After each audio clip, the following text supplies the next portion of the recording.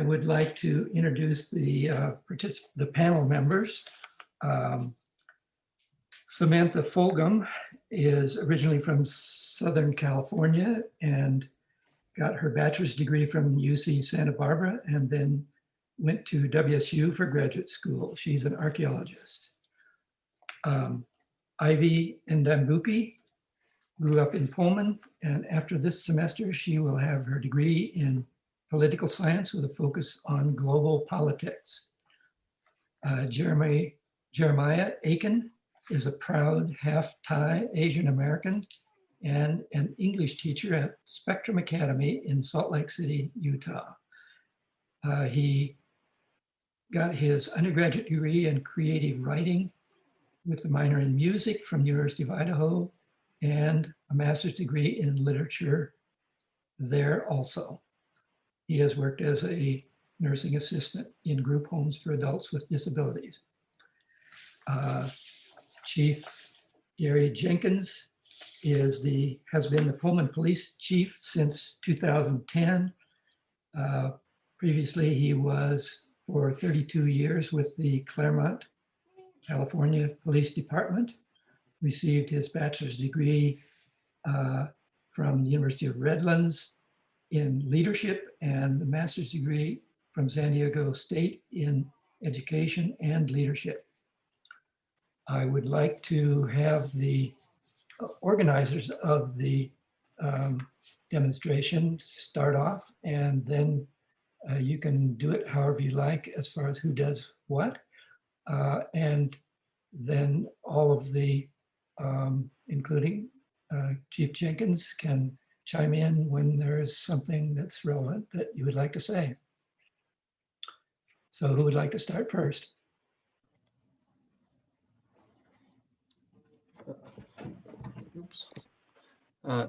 Sam, do you want to start first maybe, since Yeah. the story I think kind of starts with you, right?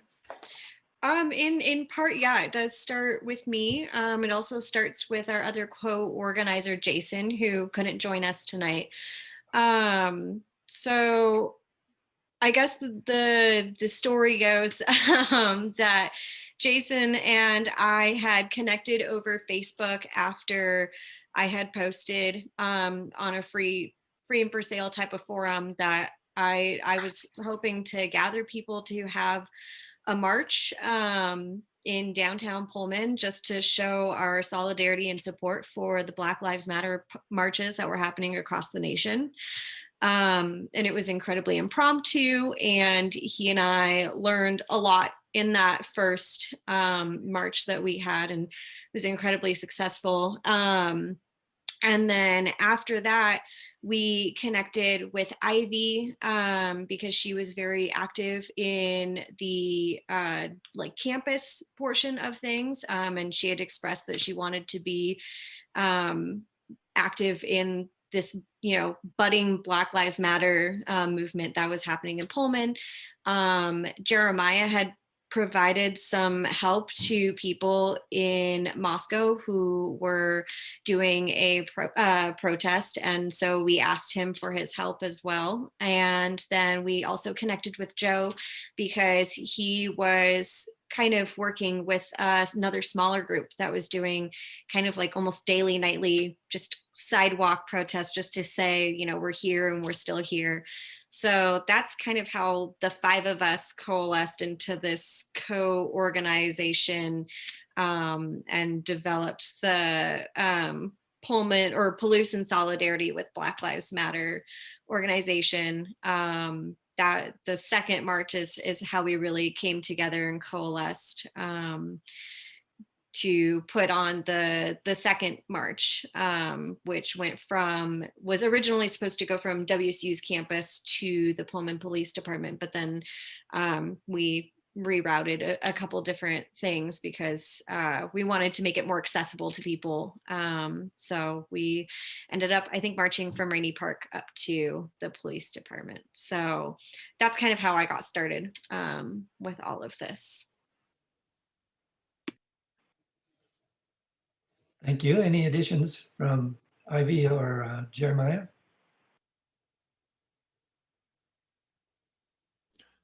I just want to say that that all happened very quickly in the span of maybe a week or so. Does that sound right, Jeremiah? Yeah, I mean, um, I got involved uh, pretty quickly, and originally I had just there was an event in Moscow that I was kind of disappointed I didn't, you know, when everything started up, I was really disappointed there wasn't anything going on in Moscow. And then I heard about an event put on by another group, and when I went down there, they were just holding a little megaphone. No one could really hear them. So I played music for most of my 20s, and I had a PA system. So I just said, you know, let's set up I'll go grab my PA system. Let's set it up. And then, yeah, Sam found me and she was like, hey, that was, you know, cool that you did that. And could you come and set it up in Pullman? So that's kind of how I got involved. And, you know, I was just kind of used to making some calls to the city and things. And that's, I think, where things started getting a little bit more convoluted. I think, you know, all the interaction between us and the organizers, it was all great. But yeah, Joe, you'd mentioned a few things that were kind of interesting about actually trying to set up those events, right? Sure. I mean, maybe we should backtrack a little bit and just Yeah, make sure. the whole thing was in response to nationwide outrage, mostly over the killing of George Floyd. I think was what set a lot of people over the edge. But you know, of course, we have a 400-year history in this country of Black people being publicly executed by the state. So tension, and you know, everybody's at home during COVID, and people are there's a lot of passions happening. So that's sort of the impetus, and that's why things were moving really quickly, because a lot of people like me just felt like, geez, we got to do something. We have to go out and make our voices heard. And so I hadn't really organized an event in Pullman before, so all this was kind of new, and of course the time frame was so quick. But we wanted to get things moving while we knew people wanted to be out and be heard. And so Sam had some more experience, and I guess you have to go through the police to get permits and everything in Pullman, which kind of started to make things complicated based on the people that I was meeting with and having conversations with. Yeah, and I mean, I think that part of the complication with that involvement was that we wanted to stay consistent with the messaging of the movement. You know, we wanted to have a peaceful event, of course, but there's also the element of the way that the permits and everything work through Pullman. There is an element of police involvement. And so we were kind of, there were some bureaucratic difficulties with and logistical difficulties with trying to create an event that was consistent with messaging, that would also have limited police involvement, but would also be harmonious within the community. Yeah. Our goal was really to create an atmosphere where everybody felt like they could safely participate. And in the past, I've been involved in other organizations that have put on functions and events. And I knew that, you know, one of the steps that you have to take is alerting the city, or at least finding out if there needs to be permits, just to make sure that, you know, nobody gets in trouble and everybody can be safe, and that we're not going to disrupt anything. And finding out that part of that system means, for at least Pullman, going through the police department to get some of those permits, like for our PA system, and that they would be alerted to things and be involved, was something that we weren't anticipating in the beginning. And then during the second march, realized that was something that we were going to have to expect. But making sure that everybody felt comfortable to come and participate was our main goal. if I could jump in here, can you guys hear me okay? Okay. How I met Sam was I actually saw a Facebook post for the very first march that she put on. And I was like, whoa, this is so cool. I like really wish I could participate in this, but I was at work and it was a pandemic. And after that point, I just felt like I was kind of sitting on my hands. You know, like I was really frustrated about everything that was on the news and not being able to, you know, come together as a community and show that we are a part of this larger movement. And so actually, a friend of my cousin's was trying to plan a different march. And so I enlisted the help of Sam to kind of help us like let us know the steps that it would take to get there. And what I remember from her very original March post was all of the hate she was getting. And I felt so badly for her because she was in a position where 100% you have to have police at an event like this just in case anything happens. You don't have that foresight to know if anything bad is going to happen. But at the same time, the ideals and principles of the Black Lives Matter movement made it be. So if you were working with the police, then you could easily be called co-opted and people would question the legitimate, I don't know what the word is, but the legitimacy of the event that you're trying to have. And so the second time around, that was what our kind of catch-22 was going to be, how we could both communicate with the police so that everyone knew what was happening. And in case anything did happen, God forbid, even though, you know, over and over on the Facebook page, we kept stating that this is peaceful. We're not here, we're here to be angry, obviously, yes, but we're also here to come together as a community and, you know, just kind of start that momentum to get these social changes we want to be like at least in effect, and to know that there are other people out there that think in the same way that we do. And so I don't know if we're like getting into the letter, but that was from our perspective. Communication with each other was wonderful. And we were always checking and making sure that everything that we were doing was in line with the principles of what we wanted to do and how we wanted to do it without getting in trouble and getting shut down for whatever reason. If anyone wants to continue with the letter.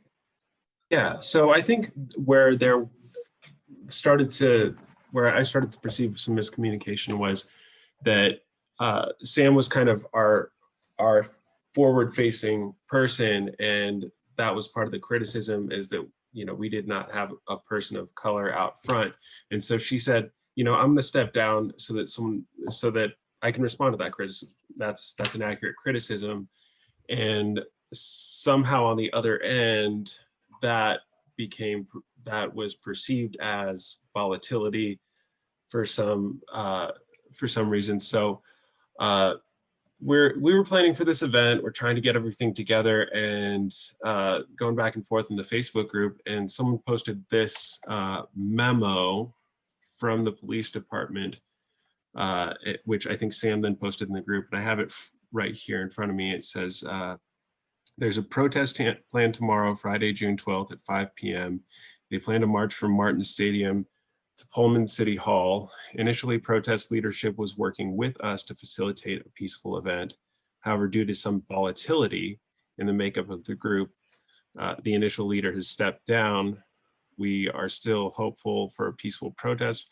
We're preparing to have enough law enforcement resources to protect City Hall and the police department. And if needed downtown, I recommend that all staff working in City Hall plan to leave the area by 5 p.m. Friday. And it is signed by Gary Jenkins. So that was kind of disconcerting for us, because then we started getting a lot of feedback like, is this going to be a violent event? Which, given the news coverage and the mixed messaging, the whole polarized way that was portrayed in the media, and on top of this message, it was understandable that there was some fear. There was people that, you know, can I bring my kids to this? And we're just, you know, trying to have a peaceful event. So then I don't know if we want to go into the event or go back into our response. letter. But yeah, basically Sam's friend wrote a letter, which was kind of this idea of volatility then put a lot of extra weight on us to kind of hold that emotional line and not kind of lash back. So Sam's friend wrote a letter, which I saw and I was like, let's retool this and then stick to like some really concrete points.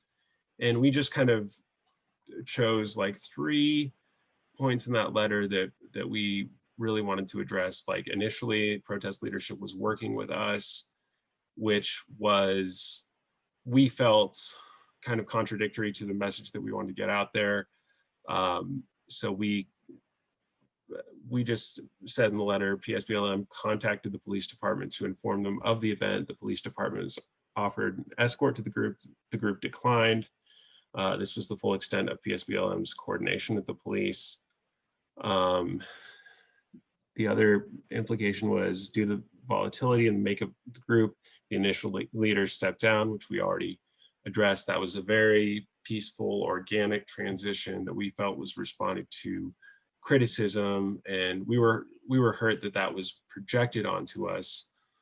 And then the statement, we are still hopeful for peaceful protest, but we are preparing to have enough law enforcement resources to protect City Hall and the police department, and if needed, downtown, et cetera. So the implication here, the letter seemed to be suggesting that this event has a potential to become dangerous and the public should avoid the area.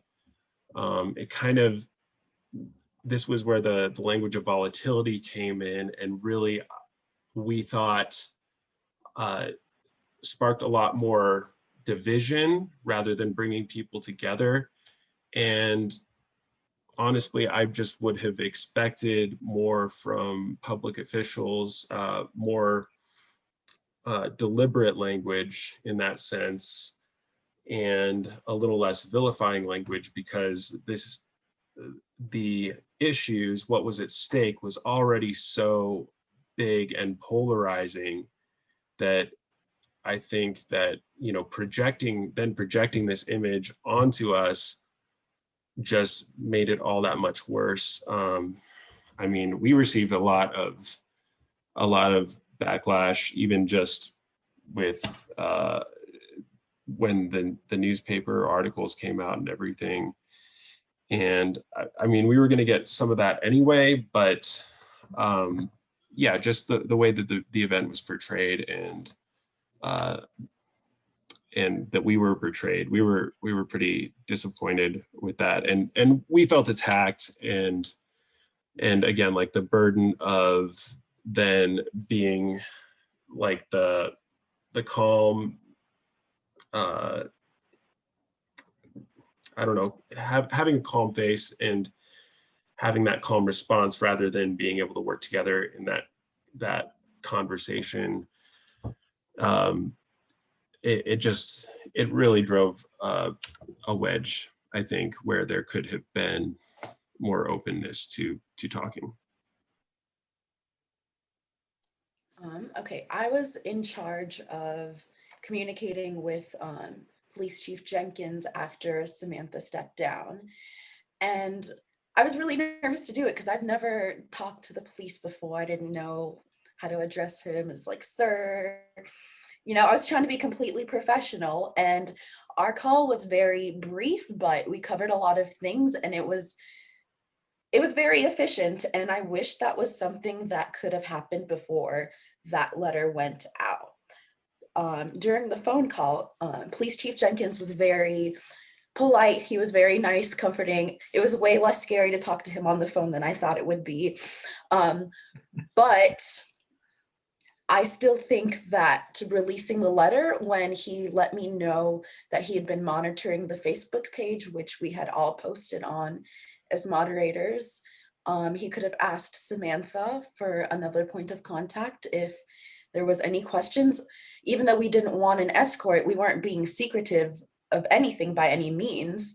We just wanted it to be a nice, gathering where we could share our frustrations, especially after being locked in the house for so long. And the word volatile, when I saw the letter and I started getting messages, I think it was the day before the march was scheduled to happen that this letter went out, and I started getting messages from people that worked at the city council just kind of worried about their safety, which Jeremiah already kind of covered. But when I saw the word volatile, it was just so deeply upsetting because I believe in intentional use of language. And I think that's something that we put into practice when we were making posts for the Facebook page, because we didn't want anything to be misconstrued. And I think the use of the word volatile was a microaggression.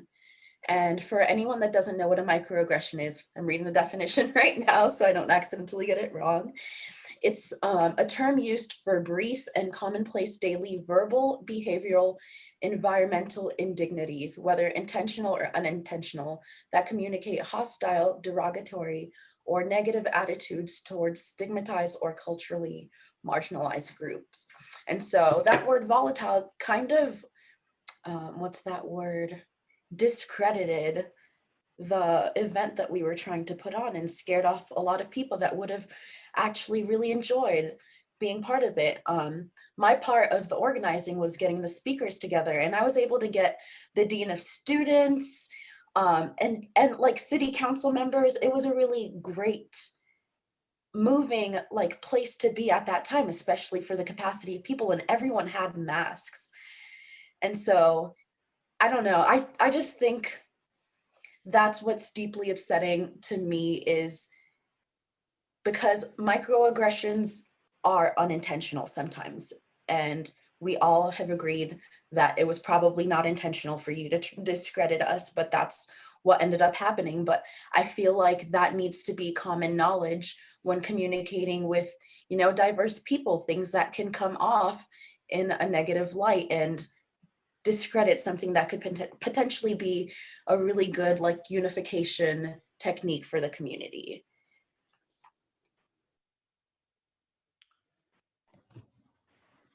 Yeah, and I mean, I'm a little bit more sensitive to it, especially because I feel that over the last 4 years, especially 4 or 5 years, microaggressions have become increasingly more common. And part of the problem is there's always the tension of, oh, did they mean it? Did they not mean it? And there's always that, oh, I can get away with it. I didn't really mean it that way. I didn't really mean it that way.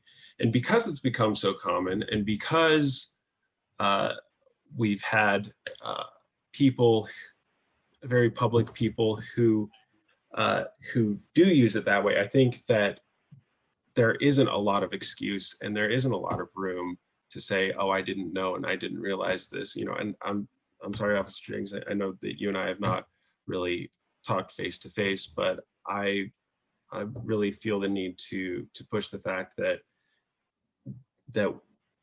we do need to be very deliberate with our language, and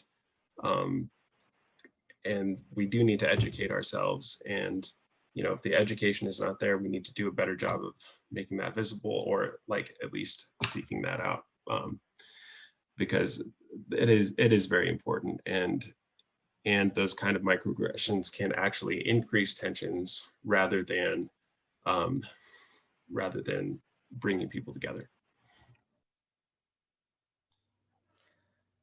Well, I appreciate what you're saying, and I hear you. I hear you. I understand what you're saying. Let me just kind of explain that email. I was having a conversation with a colleague this morning, and he was talking about the tax revenue, and talked about how volatile the tax revenue is to the city from month to month. And when he said that, I knew we had this meeting tonight, and I knew this was going to be a topic. And so I'm trying to put this in perspective as far as language, and maybe it's a generational thing as well. When I talk about volatility, I used to deal in stocks, and so when we talk about stocks in the stock market, volatility is a regular word used in in that profession. But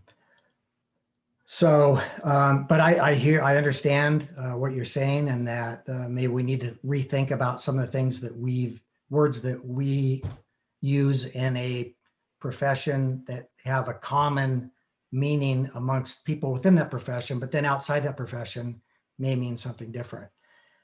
And that brings me really to my next point is, had I prepared something that was going out to the public, which I wouldn't send something out to the public that would in any way try to demean this type of movement. In fact, our whole purpose is to try to make a safe space for your movement and similar movements to happen, and to allow everyone to exercise their right to free speech.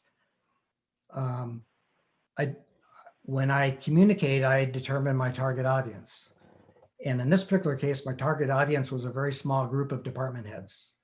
So that if there's any misunderstanding or question, they're easily resolved. But once somebody takes that message and projects it well beyond where it was intended, then I've lost all control of being able to do that. So, so that's where I'm coming from. There was never any intent to put any demeaning part to the group. The volatility that I was talking about really meant an unsettledness of the leadership, which we were looking on Facebook to see what was happening. We saw what was happening around the country, that very peaceful protests were co-opted by some small groups of people that had violent intentions. And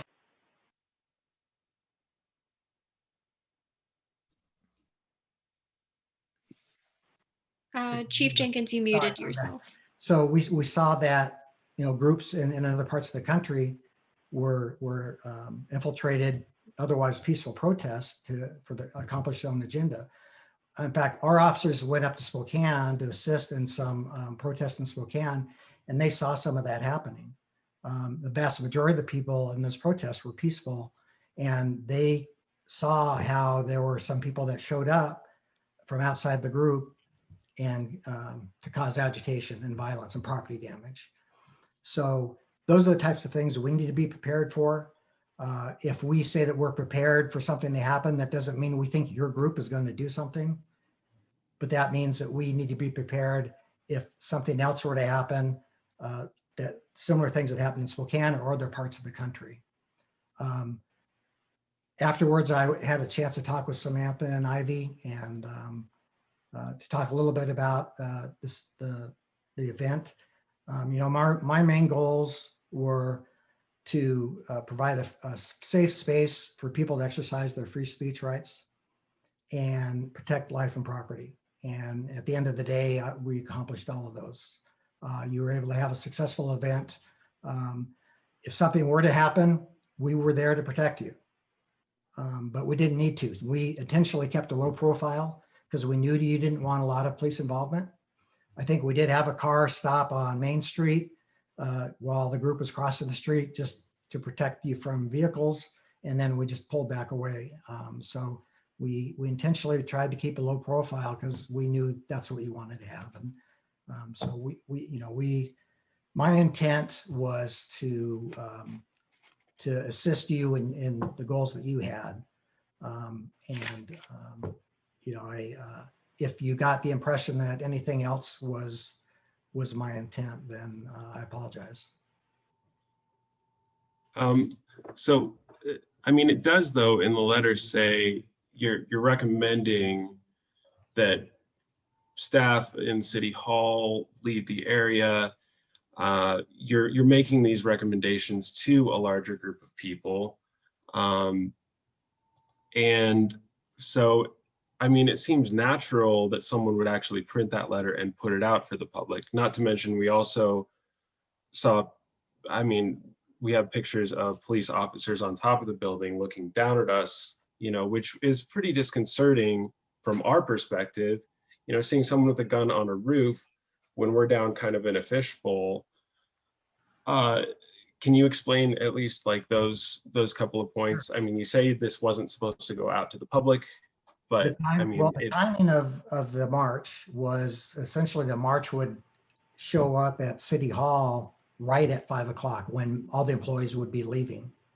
So again, we didn't know what was going to be happening. Again, well, we did have some intelligence that there was going to be outside agitators armed that were going to show up and be counter demonstrators. And we did verify that at least there was one person that did actually follow through with that. But we didn't know how many there were going to be. We also got some intelligence that I'll call it information. We never really were able to verify this information, and it didn't materialize, but it was information we received nonetheless, that because we had seen reports of people being bused to different protest locations in different parts of the country, just to go and infiltrate the peaceful protest. We got information that there was such a bus at Central Washington University on their way to Pullman. So we were never able to verify that. But so anyway, all of these things put together, there was enough concern on our part that we just said, hey, right at 5 o'clock, it's probably not going to be a good thing with all these people showing up and then all the employees leaving at the same time that aren't part of the event. We just thought it'd be better to have the employees leave early that day and give you that entire space yourself without interruption.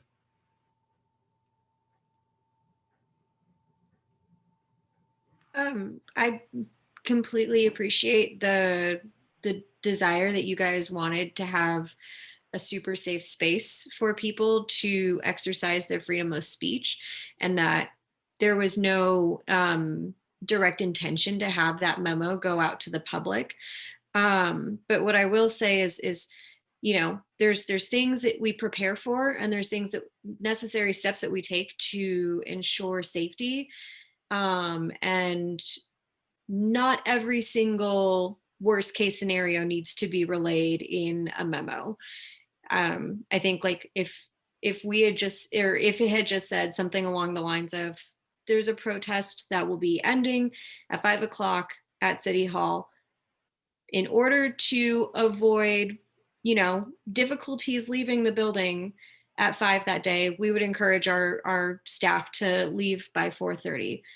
None of the discussion about potential violence or property damage or any of that stuff was absolutely necessary to encourage staff to leave early from a building that would have been difficult to leave if they had been there.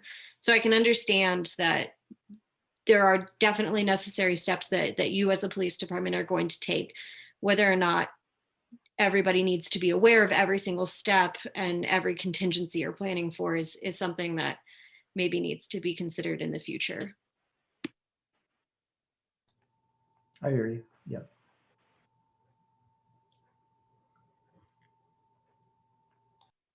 So can you tell us some of the details of the talking and the actual demonstration itself? How did it work, and a little bit about it? You know, if I could, just before we leave this, while we're still talking about the police at the event. So the people that you saw on the roof were actually a couple of code enforcement officers that are unarmed. So they were just there because that's our building, and that was just to be a good spot to, the person that we were keeping an eye on that we believe was armed, that came to cause problems, was actually over on Kamiakin Street, right by the driveway into the City Hall building. And so they were watching him and watching you know, the event itself, just to report any type of problem that we might have to respond to. But there was nobody armed on the roof, just to clarify that. Mm-hmm.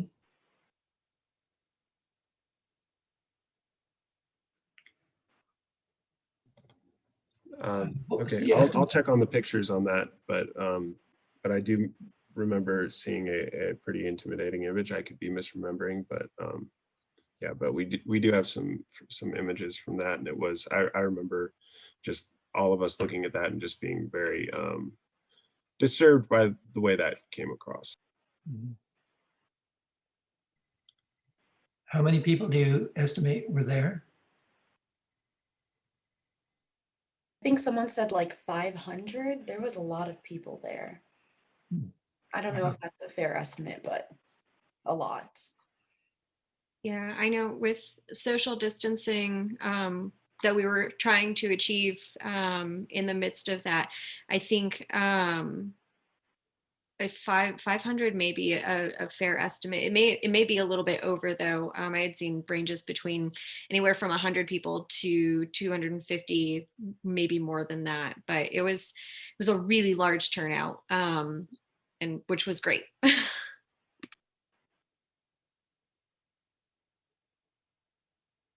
I could talk about it from an organizer point of view because that was a really fun and exciting new thing that I got to do. So like I said earlier, I was in charge of getting speakers. And so there was a lot of people, different people that I asked. I looked through the WSU directories to see people that might potentially have like something valuable to say or maybe a different opinion on the issue. And I ended up being able to get Jill Cretan, the Dean of Students, and I forgot his name, a council member, and a few other people, and they said a lot of meaningful things. And I think I gave a speech, Jason gave a speech. Sam, did you give a speech? I think I just mainly directed people to come into the quad and where to kind of stand and space themselves. I didn't feel like my voice was necessary when there were so many community members who were just desperate to feel heard. And Ivy had done such a great job of organizing speakers, so I let people take the mic, which was a really awesome experience. And I think a lot of people felt comfortable enough to do that. The environment that we created, a lot of people brought a lot of things that I didn't even think about. Someone brought water. There was people with med kits there in case anyone got hurt. Everyone was following the traffic directions. It was better than I could have ever imagined. But I think my favorite part of organizing, because I'm not very good at public speaking, I did so much research on Pullman.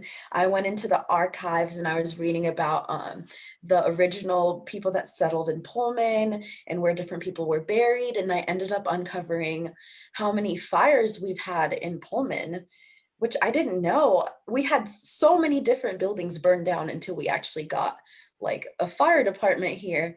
And so I worked that into our speech to kind of calm down the people that were angry, because in the beginning of the demonstration, as we've been calling it, there was someone who was doing a lot, and our plan was just to get him to the side because people were not responding to what he was saying.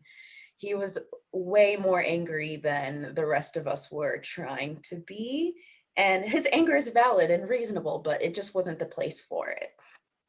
And so I gave my speech about how we're not trying to burn Pullman down because that's something that had been seen like nationwide from protests. You think destruction of property, you think violence, you think angry people yelling in the streets. But for Pullman, Washington, I don't think that's ever something that could have happened.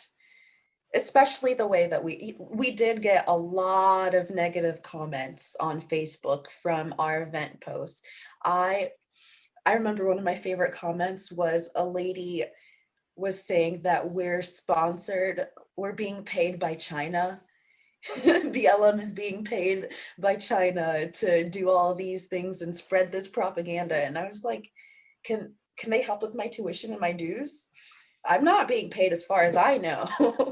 But yeah, that side of organizing was really enjoyable to me. And I'm hopeful that we can keep this momentum going and have different events with people who want to learn more about Black history and about what Black Lives Matter stands for, and who want to be able to have these conversations without being uncomfortable about it. Because conversations about race don't ever have to be uncomfortable. it's just that guilt inside that makes you think that you're uncomfortable about it, but it's just something that we need to talk about. You can't say that we're all the same people and people shouldn't be separated by color, because there are differences about us. Our differences shouldn't be the things separating us. They should bring us together, and we should be able to talk about it. Does anyone else want to share their point of view?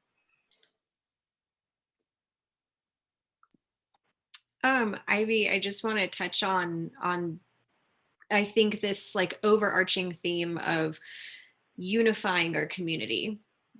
I think from the beginning, we all saw this as an opportunity to come around a really strong movement that we all really believed in and that we wanted reflected in our own community. And I think going forward, our hope is that any other endeavors that our group undertakes or can work with or help contribute towards is in an effort to unify our community around the just pillars of acceptance and equity, and not just tolerance, but embracing the amazing diversity that we have here in Pullman. I know, at least from my perspective, when I came in, I felt like it was a really rural, conservative, whitewashed town. And so after spending as much time as I have here, I've learned more and more just the wonderful, colorful, vibrant community that we have. And I hope that, you know, as we go forward and if we have additional demonstrations, I think we want to make sure that we're always embracing a community unification message somewhere in there.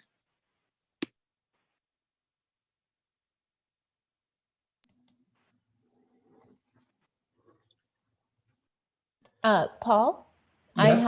do you have some questions to ask? Because I have a few questions. Sure, go ahead. I have some, but go ahead. Why don't you go ahead and go, and then I'll, if Okay. there's time. Do you have any plans for the future? You mentioned possible future things there. Are you starting to think about possible further organization or getting together with people and talking or whatever?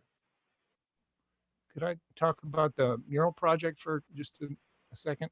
Sure. So, out of this organizing, I met so many people, and frankly, I had more conversations with more Black people than I had in my whole life, which was odd to think about, and but it was exciting too, because I felt like my perspective had really started to shift, and I was really listening to people kind of face to face for the first time. So I grew up in a small town in Ohio where there were a lot of KKK demonstrations when I was a kid. So to go from that to this event, a huge public event in Pullman, it was just like really sort of inspiring, just thinking about it on a personal level.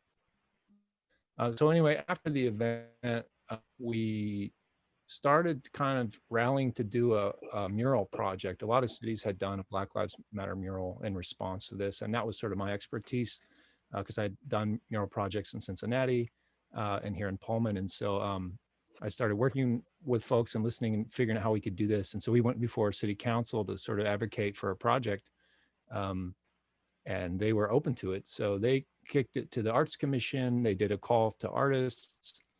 There were several artists that submitted for designs addressing the theme of End Racism Now. And so there's a few finalists, and we're hoping that design that says End Racism Now or Black Lives Matter will win out. So right now there's a sort of public comment section. With any luck, we'll do that project in the spring as it gets a little warmer, or maybe in the summer. So that's one thing coming up. And I know Ivy's. I'm sorry. All right, and I'm not sure if Ivy wants to jump in with anything else going on this summer.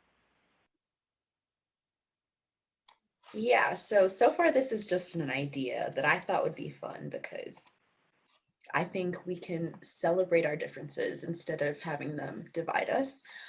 My idea is to have a sort of Juneteenth celebration. And I've lived in Pullman for a long time. And so I was remembering back to when we'd have those movies in the park at Rainy Park. And so I was thinking to celebrate Juneteenth, we'd have like movies playing at Rainy Park again, and we could have speakers. If people wanted to sing, they could sing and just kind of learn a lot of the things from Black history that were left out of the history textbook, or that were just kind of outside of the range of what you're taught, like in school. Because there's a lot of stories that I've just seen from being on the internet that are part of Black history that are horrible or they're great. And I think it should all be celebrated in like a communal place. And hopefully we'll have a lot of people vaccinated by then, so it won't be as big of a risk as it was last year to gather.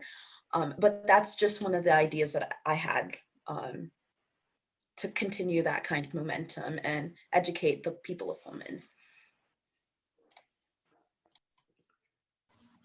Yeah, I'm just happy that to have been able to work with these guys before I moved away to Salt Lake. I think, you know, they're all beautiful people, and I have a real passion for celebrating diversity in rural America, because I think that a lot of these movements and ideas get passed around, and the focus is so often urban, but I think that, you know, rural places really need a lot more focus on these issues too. Because I think that, you know, that causes a lot more large systemic issues, and I do believe that rural America is really overlooked. So I'm really looking forward to that Juneteenth celebration. I hope I can come up and get my second vaccine tomorrow, and I'm really excited about it. So yeah, thank you guys for carrying this on too. I will say one thing that I am personally hoping that we'll be able to get involved with is something that I'm sure all of you guys are very passionate about, which is getting people registered to vote in Pullman on local issues.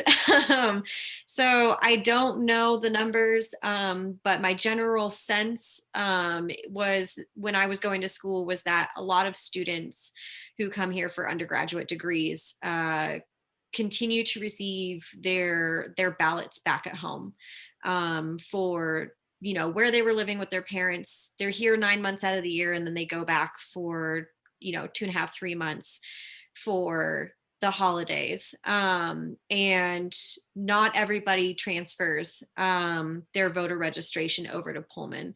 And so I think there's a big loss of having young student voices heard on a local level. So, I mean, if there's any way that I can help get involved with that or find out more information about that kind of thing, I think that would be a really great way for our organization to help, you know, get more students registered to vote, voting on local, you know, Pullman issues, because if they want to see change happen in Pullman, they have to vote in Pullman.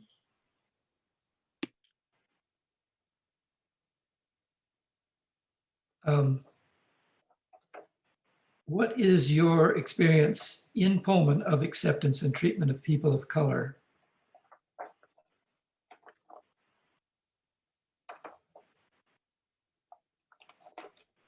I guess I can start off, since I went to school in Pullman, and I didn't really experience a lot of like overt racism, but what I did experience was the microaggressions that I was talking about.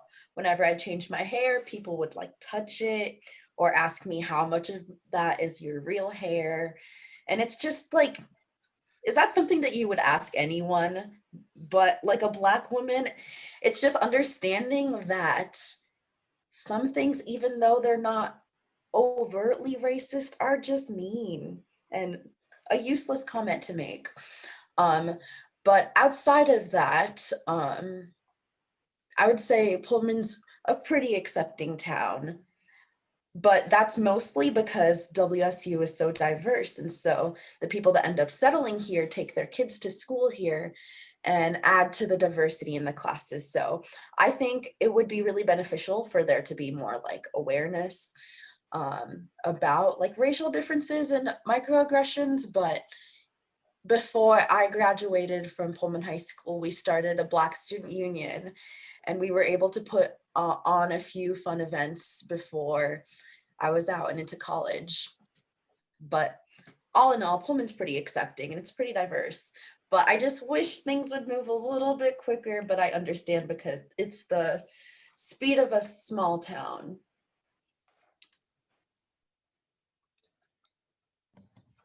Have any of you communicated with other BLM groups or in other places? I went over to CHOP/Chaz right before it was taken down. I was trying to do some networking. I was hoping we could get hooked up with the Central BLM organization before I moved. I got kind of a last minute job offer down here, and that was pretty interesting. That I mean, I was kind of working in that direction, but Jeremiah, yeah. excuse me. When you're saying CHOP, are you talking about Seattle? Yeah, Seattle. Okay. CHOP/Chaz, the autonomous zone in Seattle. But yeah, I was trying to network a little bit. I think most of it was taken down by the time I got over there. But that's been the extent of my involvement because it kind of got cut short by life circumstances.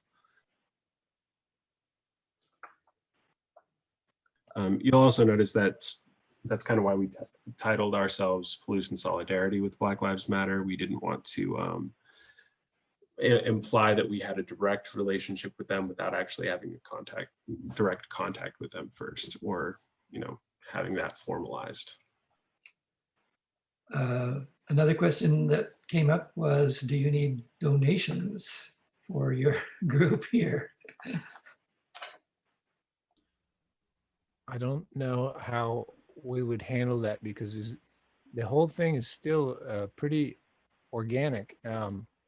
But I'm sure we could come up with some places to funnel some money, and that's something that we've been talking about, and also with this mural project, is how to utilize funds in town. So I think that kind of gets back to what Jeremiah was saying. We're not a chapter necessarily. This is just a group of people that were trying to get involved. I see. This one is for Chief Jenkins. Have you received any communications from other police departments or colleagues? I know you're active in some of the state organizations of police and so on.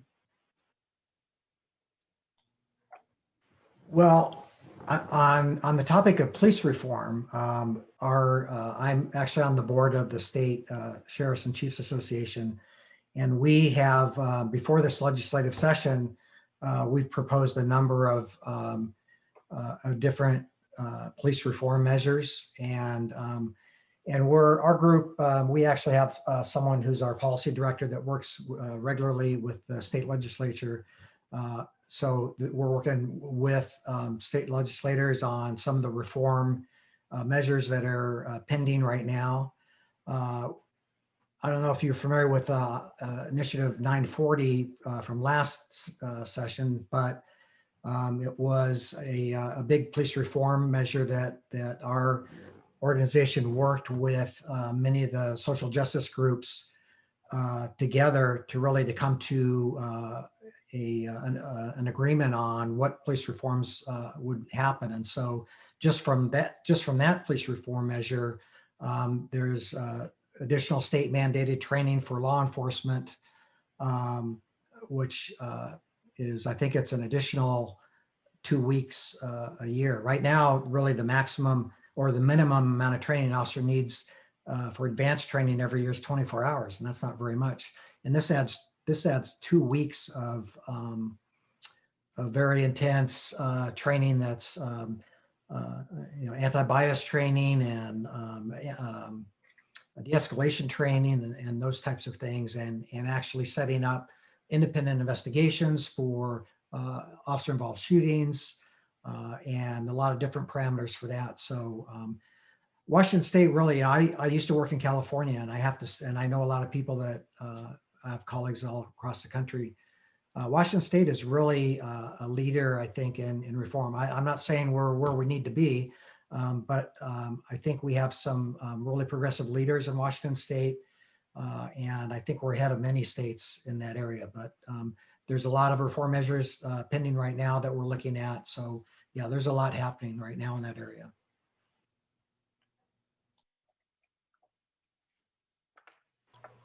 Paul? Yes. A question came in that I think might be interesting for everyone to hear. The question was, how did you address community members that criticized your actions as unnecessary because, and this is in quotation, so I'm going to do this old person thing, Pullman doesn't have these problems. So you received really nice, some really sweet Facebook messages and things like that. How did you address people who were negative about what you were trying to do? I'm happy to take a stab at that. I replied to the chat because I wasn't sure if we were going to be able to get to that question. So I'll just read what I wrote real quick, and everybody else can read as well. But the gist of it is that we were essentially trying to express how racism doesn't have to be overt. And it goes back to what Ivy was saying, but there are small things that people can say or do that cause harm, whether intentional or unintentional. And trying to get the message clear that just because you may not personally experience microaggressions or racism or overt racism doesn't mean that it's absent from this town. And so just trying to communicate that your experiences as an individual person are not going to be consistent between every individual. And something that I've experienced doesn't mean that somebody else will experience, and vice versa. So while I may not have experienced this as a white woman, that doesn't mean that it didn't exist in our town. And I think that this is a really good learning opportunity for us to do some self-reflection individually, but also on a community level about what can cause harm, whether intentional or unintentional, what can be considered racist, whether you knew that in the beginning or not. So that's something that I think we tried to express mostly just through commenting on replies through the Facebook posts. But I think that really shone through and came through in the during the event when people got up and spoke at the first one and at the second one about their experiences in Pullman and their experiences in life in general. So I hope that anybody who participated in those demonstrations or just attended or just even heard were able to really take that away from it. And I would add to that, I think the fact that people are objecting to it because it isn't a problem, I think it demonstrates the fact that there is a problem. Because if there wasn't a problem in the first place, then there wouldn't be any sense of objection. I think that's a signal of defensiveness, because ultimately all we're saying is Black Lives Matter. You know, all lives can't matter until Black Lives Matter. This is a movement of unity. This is a movement of creating equality and equity and making sure other people's voices are heard. So it seems to me that it's a response to a threat. And honestly, that's probably like one of the more micro criticisms that we got. I was actually pretty shocked at, you know, some of the comments, including one that said something to the effect of, it's incredible to see so many white knights in Pullman, which was pretty overtly problematic to me. But I think that's something that we definitely have to fall back on. with when we're talking about equity, equality, justice is if it's not a problem, then there shouldn't be a problem. There shouldn't be this defensiveness. And a lot of it, I think, is just about having the conversation. And I think, you know, I'm proud to live in a town where we can get together and have those conversations, even though sometimes they're difficult. But people are listening to each other. Maybe not on Facebook, but when you get people together and have real-time conversations, you know, in person or over the phone or through Zoom like this, I think people really are listening, and people are trying to do the right thing. And you know, I think some people think that this is a sort of antagonistic thing, and it can come across that way, but that's not the case. To me, it's about having a conversation and being able to listen, and especially being able to listen to minorities and Black people and women, and hear those stories.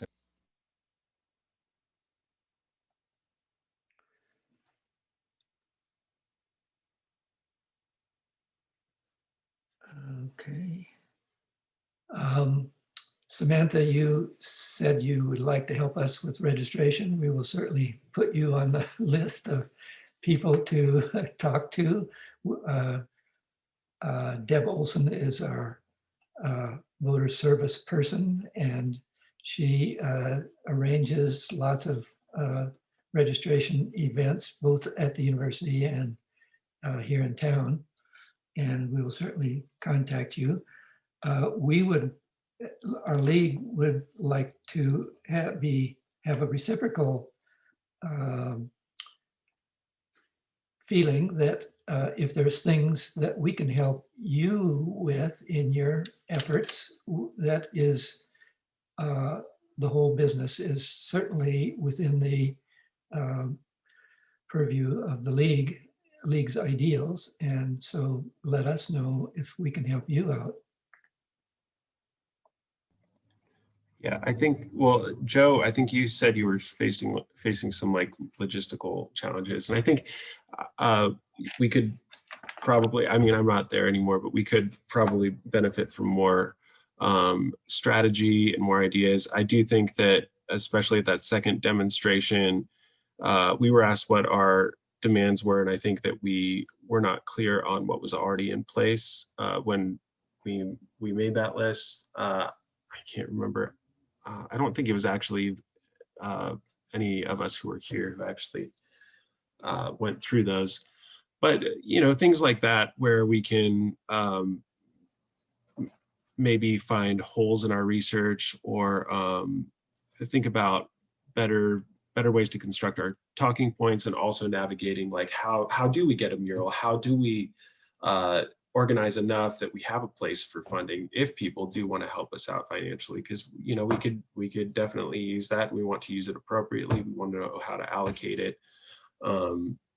And yeah, just a lot of those kind of logistical issues from people who have experience, and especially experience in the area. But of course, I mean, I'm not there. Those are just kind of things that I've seen over the last few months, you know, while I'm trying to move and working with everybody. Well, this topic is certainly of interest to the league, and we have a lot of older members like me, who, some of whom, not including me, are very experienced at dealing with people and organizations and so on.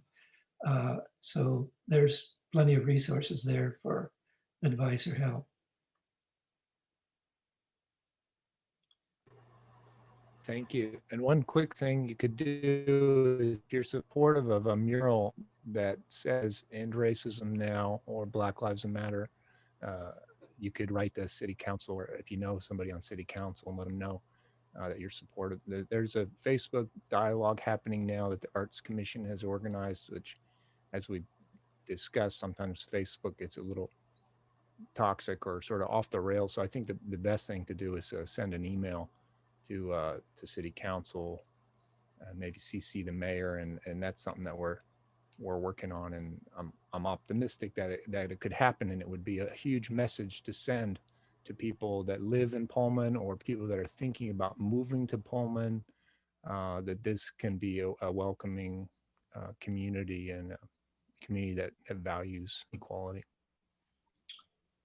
Okay, we'll certainly mention that at our in our newsletter and the league board meetings and so on. Thank you. Do you have Can I any? Yeah, slightly add something? Because we Sure. talked a lot about microaggressions here. And I feel like if you're, because I was on campus for many years as a grad student, and you're on campus, you feel like the town is very liberal, and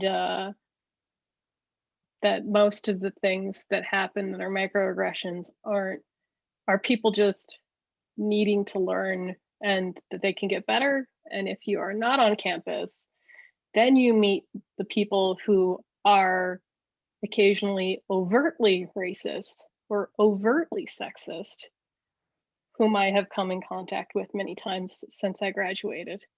So yes, there still does exist racism and sexism in Pullman.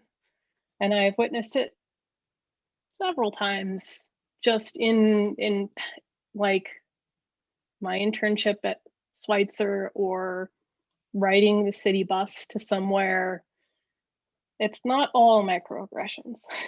So I think I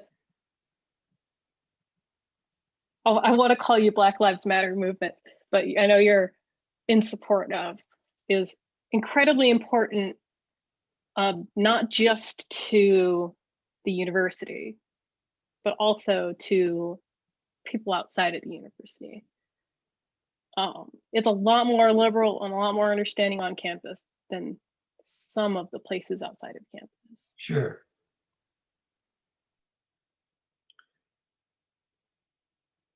Do you have any more questions, Karen? Well, there was a question kind of at the very beginning about, have any protests in Pullman ever been violent before?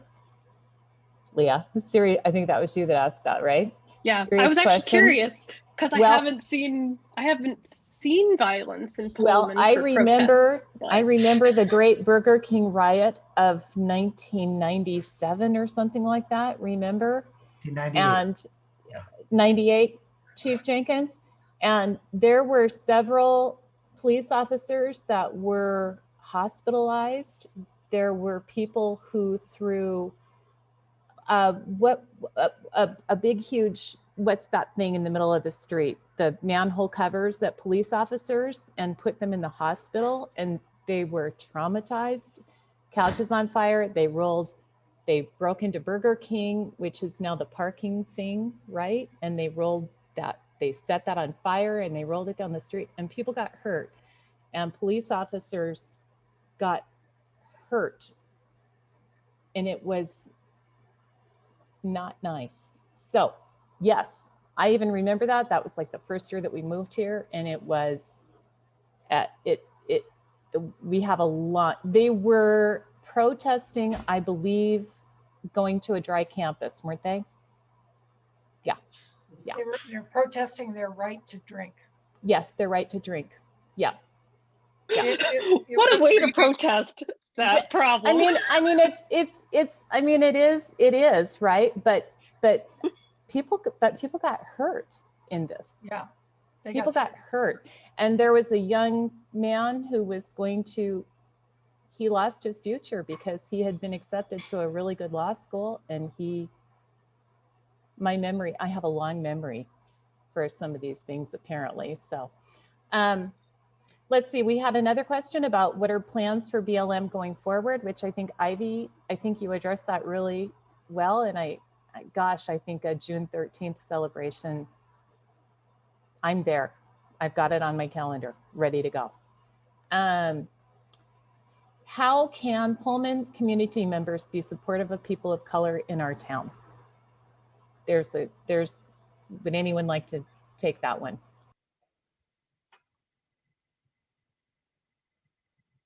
I mean, aside from what Ivy said, obviously can't speak to Blackness, but if we're speaking just to microaggressions, I mean, I still feel like I'm still new to talking about being Asian American because I was raised by white people, even though my father was an immigrant. You know, I don't know him, but just being aware, so when I do talk about being Asian American, I do get a lot of backlash. But then again, I am a person who, like, people have to ask me my ethnicity, and you know, so that's like this constant reminder that, like, you're not white, you don't belong here, right? Or let me guess your ethnicity. Just how questions like that and interactions like that can come across. Or even I've gotten, you know, as I've been more vocal about these things, I've gotten responses like, well, you're just a little less white, or things. Well, I mean, my father was an immigrant from Thailand. Like, you know, I do have this complex personal history that makes it difficult to relate to a lot of other people's history just because of the circumstances, the way that I was raised. My family story is just very different. And I have had to, even like speaking like embodiment, the body becomes a site of conversation, not to get into details, but yeah, it becomes a site of conversation more so, and especially in school. And it is a very uncomfortable, and it's a very different circumstance. So I think just continuing to educate ourselves, and you know, I'm still continuing to educate myself on Black issues, and even recognizing how, you know, Black issues are different than Asian American issues, are different than, you know, Mexican and other Latino, Latinx issues. There is a whole, it's different for each minority being here, to be non-white, or sometimes considered white and sometimes not. So, and I really like how conversations in general are opening up around these topics. So yeah, just continuing to participate in the conversation is great. I would Yeah, add, and white oh, people too. sorry. White people need to speak up, right? Sorry, but I feel like that's part. People are afraid. Like, people think, oh, if I'm not a person of color or Black, then I can't say anything. I can't do the work. So yeah. I was just gonna add that choosing to make yourself uncomfortable by, you know, doing the reading, watching the movies. If you can do that when you are in a mental headspace to process it by yourself, then these conversations become easier, because then it's less about guilt of maybe a person of color educating you on an issue, but more of a dialogue on how we can move forward from this. Because I feel like a lot of the times people are uncomfortable with conversations about race is because of like inside guilt, and you don't have to accept responsibility to accept history. And I think that's really important. There's a lot of good movies you can watch on Netflix that are just casual viewing. If you're more of a book person, I'm sure a lot of people have different lists of recommendations that you could look up online, but being able to put yourself in that uncomfortable space when you have room to react and time to really process it will make these conversations easier in the future.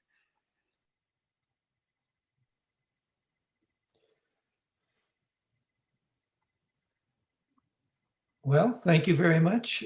If there are no further questions or comments, thank you all, both as presenters and as observers.